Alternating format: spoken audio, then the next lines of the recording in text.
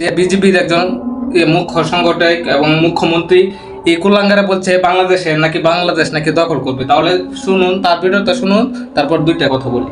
বাংলাদেশের সঙ্গে যুদ্ধ ভারতের কাছে তো কয়েকদিনের ব্যাপার নয়, কয়েক মিনিটেই ফয়সলা হয়ে যায়। তারপর এ কথার পর আমাদের স্পিকার যেমন মেজর জলিল একজন মুক্তিযোদ্ধা, তিনি কি উত্তরটা দিচ্ছেন? তাহলে চলুন আমরা তার উত্তরটা শুনি। ভারত কেন আমেরিকা এসে কোনোদিন বাংলাদেশ দখল করতে পারবে না। Comment try.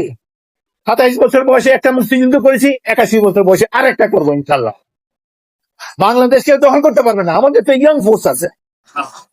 এটা হচ্ছে বাংলাদেশপন্থী রাজনীতিবিদ, তারা হচ্ছে বাংলাদেশপন্থী, মানে জীবনে জান জ্বালাবে মুক্তিযুদ্ধের বিরুদ্ধে, মুক্তিযুদ্ধের পক্ষে যেদিন এই স্বৈরাচার, এই যে কুলাঙ্গার এবং পাকিস্তানের স্বৈর শাসনের বিরুদ্ধে সেই কুখ্যাত স্বৈর শাসনের বিরুদ্ধে যুদ্ধ করছিল, আবারও তারা বলছে যে ভারত যদি আমাদের আপনার মানচিত্র নিয়ে অথবা আমাদের ঐতিহ্য নিয়ে অথবা আমাদের বহুমূত্র নিয়ে কথা বলে ভারতকেও চরম শিক্ষা দেবো। এটা হচ্ছে আমাদের মুক্তিযুদ্ধ প্রকৃতি দেশপ্রেমিক রাজনীতিবিদ মেজর হাফিজের মতো লোকেরাই, তাদের কি আমরা নেতা মানবো ইনশাল্লাহ। আর যেমন কুত্তা চুত্তা আছে না, কিছু হাসিনার দালালি করছে এতদিন এই গুপ্ত ভাবে, মানে পাকিস্তানের দালালি করে, ভারতের সাথে অবৈধ সম্পর্ক করে, গোপনে মিটিং করে এই জামাত ইসলাম ইতান বালটাল সাইডের বালটাল, এটা মনে করেন আমরা হিসাবেই ধরি না।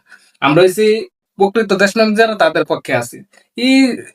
আপনার মনে করেন এই যে জামাত ইসলামের জীবনে তারা তার জন্মের সময় এই দলের ভিতরে কোনো সময় জিততে পারছি না। এই পরাজিত শক্তির সাথে আমরা না, আমরা যারা বিজয়ী আছে তাদের শক্তি আছে। পরাজিত শক্তি ইসলামের ভিতর কোনো পরাজয় নাই। ইসলামিক রাজনীতি যারা করে তারা জীবনে কোনোদিন পরাজিত না, কিন্তু তাদের জন্মটা হয়েছে পরাজয়দার। তাদের জন্মের সকল কিছুই পরাজয়দার হয়েছে।